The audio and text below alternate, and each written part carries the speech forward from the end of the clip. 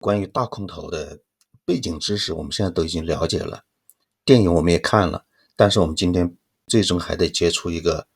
大空头电影当中争议最大的问题，就是做空的伦理。换句话说，做空者到底是市场的破坏者还是守护神？大家好，欢迎来到今天的节目，我是老贺。很多人一听说做空，第一反应就是坏人，他们就是靠别人破产、失业、流离失所来赚钱。看过大空头这部电影的观众可能直观上都会有这种感觉，做空者明明赚了大钱，看起来是人生赢家，但社会却为他们的做空行为付出了巨大的代价。在这个意义上讲，大空头引发了大家的伦理思考。那么做空真的就是幸灾乐祸的金融投机吗？或者说它其实是市场中必不可少的一种交易机制？要回答这个问题，我们可以有很多不同的角度。在我们系统的阐述之前，先问大家一个问题：如果2005年到08年没有人做空，美国的房地产泡沫会自我纠错吗？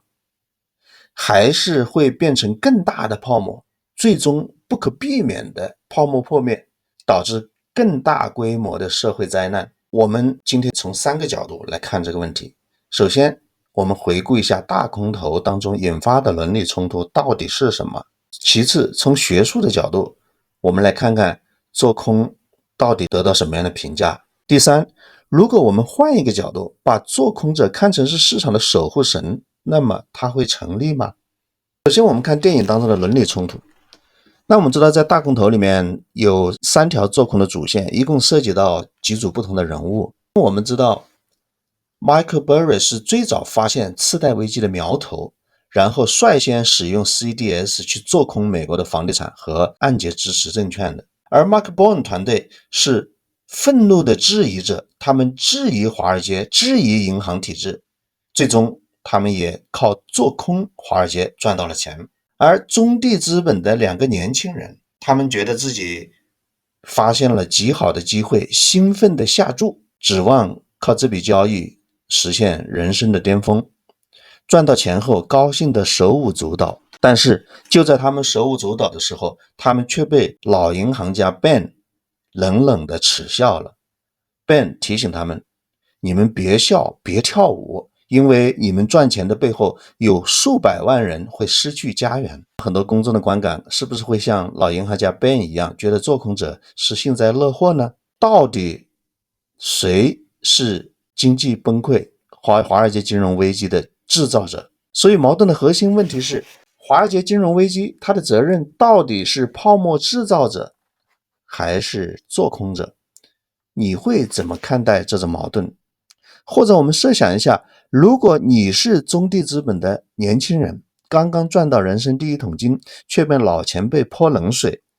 你会怎么看待自己的这种伦理冲突？我们知道，对很多普通人来说，做多就是希望市场繁荣，会产生财富效应，大家都赚钱了，大家都有能力消费；而做空就是希望市场崩溃，是在别人的坟头唱歌。就像亚当·斯密在《国富论》里面讲，棺材铺的老板希望别人家多死人。所以做空者看起来像是站在灾难一边的人。同样，如果我问大家，当你看到股市暴跌，家人朋友都亏钱，却有人因为做空而赚了大钱，你的反应是什么？嫉妒吗？还是愤怒？还是佩服他们看对了方向，愿赌服输呢？所以这个电影当中的矛盾焦点就在于老银行家 Ben， 他在道德上是对的，做空者不该幸灾乐祸。但是同时，作为一个老银行家，他内心里也非常清楚，真正的责任人不是做空者，而是制造泡沫的金融体系。正是在这种逻辑下，他才会去帮助中地资本的2个年轻人实现他们做空赚钱的梦想。所以这个电影把这种矛盾感放大了，让观众在理性和情感之间摇摆。那么做空者到底是好还是坏？在学术角度是怎么看的呢？首先我们要理解2条最基本的逻辑。第一条，做多和做空都是市场经济条件下市场交易主体的基本自由。也就是说你有权做多，有权做空，这是你的权利，是你的自由。其次，市场就像跷跷板，它必须需要多空双方，必须有人做多，有人做空，这个市场才会是对称的。如果市场只允许做多，就像一个只允许鼓掌不允许质疑的环境，迟早要出大问题。所以在这个意义上讲，做空它是无可非议的。那么从实证的角度看，做空它到底有什么价值呢？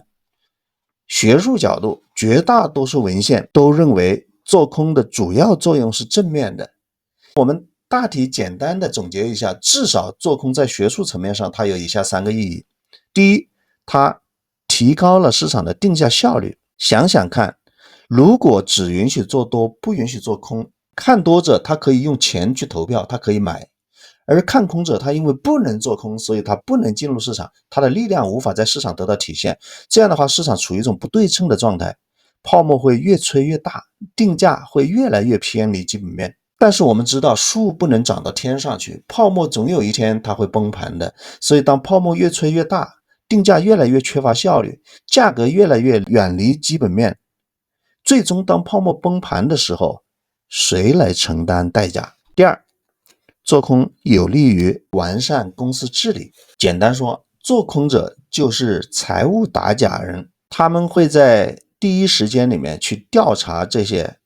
被做空的公司，去了解这些公司背后的基本面问题，然后通过做空用金钱来投票，揭露公司的基本面风险。这方面我们看到很多这样的例子，例如美国有一家非常著名的做空机构叫浑水 Muddy Waters。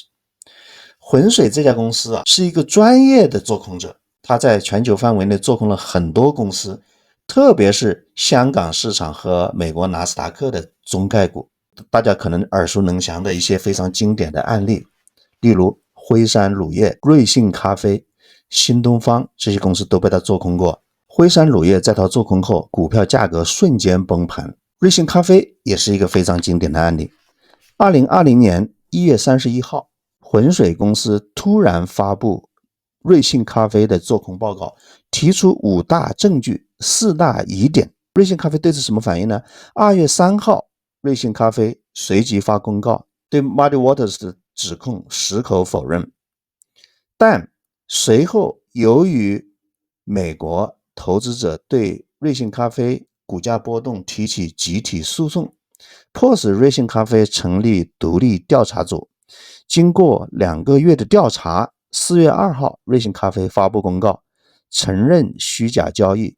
虚增交易额22亿元，验证了浑水公司的研究结论。当然我们知道瑞幸咖啡今天的发展还是不错的，所以我们就会设想一下，如果2020年没有浑水公司做空瑞幸咖啡这件事情的话，瑞幸咖啡在伪造交易22亿元的情况下，他们能回头吗？能自我纠错吗？这家公司会不会成为中国的安然事件呢？如果在巨额的虚假交易面前他们不能自我纠错的话，瑞幸咖啡也许最终会走上一条不归路。在这个意义上讲，浑水通过做空拯救了瑞幸咖啡，使得瑞幸咖啡至今走在一条健康的道路上。反观新东方，新东方被浑水做空以后，采取了非常积极的应对措施，包括解释、澄清、自我修正，并且以俞敏洪为首的公司高管自掏腰包5000万元回购公司的股票等等一系列举措。最终新东方的股票在做空的压力面前维持住了股票的价位。而俞敏洪本身他也是支持市场做空机制的，所以我们可以看到在不同的场景下，一方面有些公司被做空以后它就崩溃了，有些公司做空以后获得了新生，而有些公司通过合适的应对改善了公司治理，能够顺利的化解市场做空的压力。在这个意义上讲，做空是公司治理的一支重要的力量。第三，做空有利于流动性的优化。如果没有做空者，做多者就找不到交易对手，那么这个时候你一做多，你就会对市场价格产生巨大的冲击，因为没有对手盘。这个时候我们说市场其实是缺乏流动性的，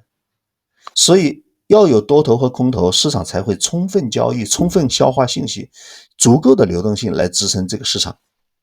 有买就要有卖，有看涨就要有看跌的。这方面其实是有很多的实证研究来证实我们刚才讲的这些结论。我们这里提供了几个研究证据来验证我们刚才讲的，说学术界为什么对做空多持有正面的看法。当然学术研究相对是比较枯燥的，所以我这里只给大家一个简单的结论。例如在大空头这部电影当中的背景是2008年次贷危机，所以我们这里有几个研究也是关于08年次贷危机的。我们知道2008年9月15号星期一这一天，次贷危机的标志性事件发生，那就是雷曼兄弟宣告破产。雷曼兄弟是美国最主要的投行之一，他的破产对华尔街的冲击是不言而喻的。所以雷曼破产后，华尔街风声鹤唳，所有的媒体都在猜测下一个倒下的是谁，整个华尔街充满着一股不祥的气氛。这个时候市场做空的压力就会非常大。那么美国的监管机构做了什么呢？9月17号星期三，美国证监会对做空者实施了一些限制。9月19号星期五，纽交所正式对几百只金融股实施严格的卖空限制，我们称之为卖空禁令。这件事情给我们提供了一个很好的研究样本，就是美联储禁止金融股做空以后对市场有什么影响呢？我们这里看到的就是研究2008年卖空禁令对股票期权市场的影响。结论是卖空禁令严重影响了期权市场的流动性。所以这里说，研究发现卖空禁令与被禁股票的期权买卖价差大幅上升的现象密切相关。期权买卖价差大幅上升的意思就是市场没有流动性，你一买一卖，你就会损失很多钱。此外，被禁股票的合成股票价格在被禁期间显著低于其实际股票价格。被禁股票的合成股票指的是你可以用期权去复制去合成这只股票，所以如果期权市场的流动性不足的话，那么股票的对冲成本就会上升，因此被禁股票的合成股票的价格，它的价格会低于实际股票价格。而对于那些难以被借到的股票，其合成股票价格也有类似的结果，它道理是一样的。所以这个研究的结论就是卖空禁令严重影响了股票期权的流动性。因为我们知道股票期权最重要的功能就是用来对股票进行风险管理的，进行对冲的。所以如果股票期权流动性受到严重的影响，也就意味着股票很难找到对冲工具，或者对冲的成本太高，从而影响了市场的稳定。第二个研究，07到09年全球卖空禁令给我们提供的证据。这个研究的视野更广泛，它讲的是07到09年的次贷危机当中，全世界很多国家分别在不同的时期实施卖空禁令。所以通过对这些国家在不同时期实施的卖空禁令，采用一些研究技术，发现了卖空禁令的效果体现在以下3个方面。第一，伤害了流动性，尤其是那些小市值或者是没有上市期权的股票。第二，减缓了价格发现功能，也就是说有了卖空禁令以后，信息不容易反映到价格里去，价格更难体现基本面。第三，未能支撑股票价格，因为我们知道禁止做空的目的是为了支撑股票价格，而这个研究发现禁止做空会进一步强化市场的恐慌，导致股票价格甚至可能跌得更快，并不能有效的支撑股票价格。所以卖空禁令事与愿违，好心办坏事，简单的结论就是这样。我们再看一下，这是一个来自纽约联邦储备银行的这个网站上发表的一个研究结论。看到这是美国的中央银行，虽然说这个文章本身只是代表作者的观点，但是央行的网站上刊登了这样的研究结论，可见监管机构或决策机构他们自己本身也在反思。所以这篇文章说2008年美国监管者因为担心卖空会导致危机期间股票价格的急速下跌，而禁止了金融类股票的卖空。但是重新审视这些措施，发现卖空加速下跌的观点是站不住脚的，也就是说卖空并没有加速市场下跌。实际上在禁令生效的2周内，价格反而大幅下跌，而禁令解除后价格反而稳定了。类似的情况还发生在2011年，美国的主权信用级别被从 3A 级别调下来，这是美国市场另一个重大的压力期。结果你发现受到卖空限制的股票相对那些没有卖空限制的股票表现更糟糕。所以这些结论都告诉我们说，做空是坏人，也许是我们的一种臆想。真正的学术研究告诉我们，做空者对市场其实并没有那么大的负面作用，相反它是有很多正面意义的。我们知道在危机的时刻，人为的干预做空似乎是一种很自然的选择，但是学术界的研究结果告诉我们，做空其实是一个纠错机制，并不是市场的毒瘤，相反它是有很大的正面意义的，至少它有几个方面的正面意义。首先，做空者其实是打假英雄，是资本市场的义务警察。我们知道2001年美国有一个非常著名的案例叫安然事件，美国德州的大能源公司安然一直都是华尔街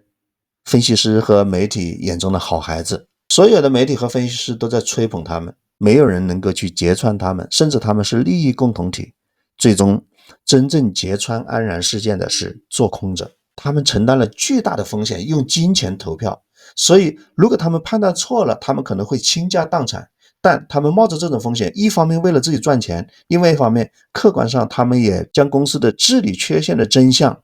暴露在公众面前。做空的第二个正面的意义就是纠正定价错误，防止泡沫过大。因为市场总是有做空机制的存在，所以当一些人想操纵股票价格拉高出货的时候，他就会受到来自对手盘的压力，这个泡沫的发展就会受到限制。所以做空者就像是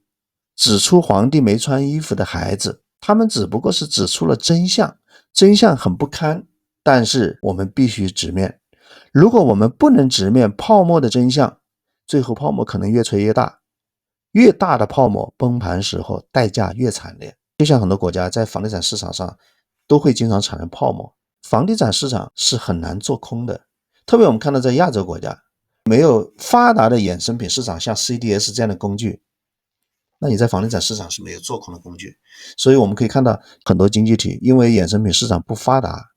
或者公众对于做空机制存在着一些疑虑，导致房地产市场没法做空，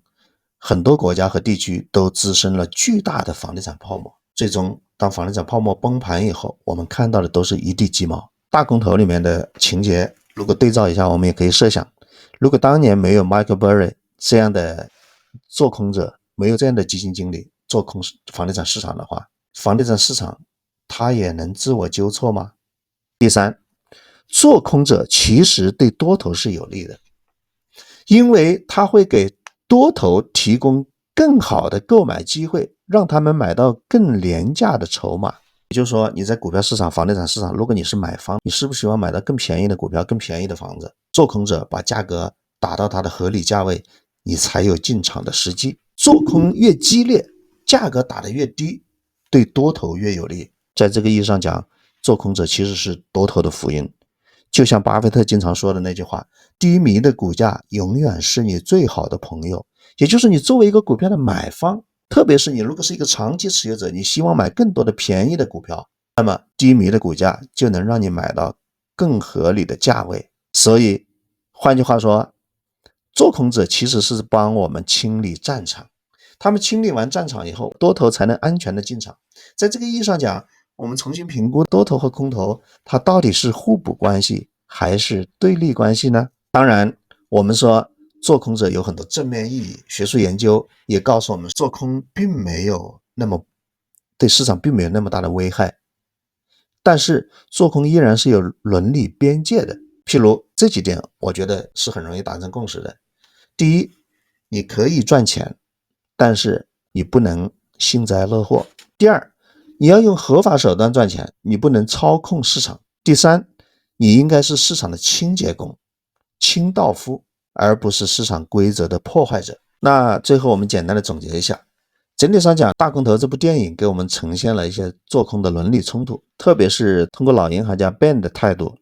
来强化了这种冲突。就是做空者虽然赚钱了，但他们却是在巨大的社会代价当中赚的钱。不过我们也很清楚的知道，实际上真正的责任不是他们，而是泡沫制造者。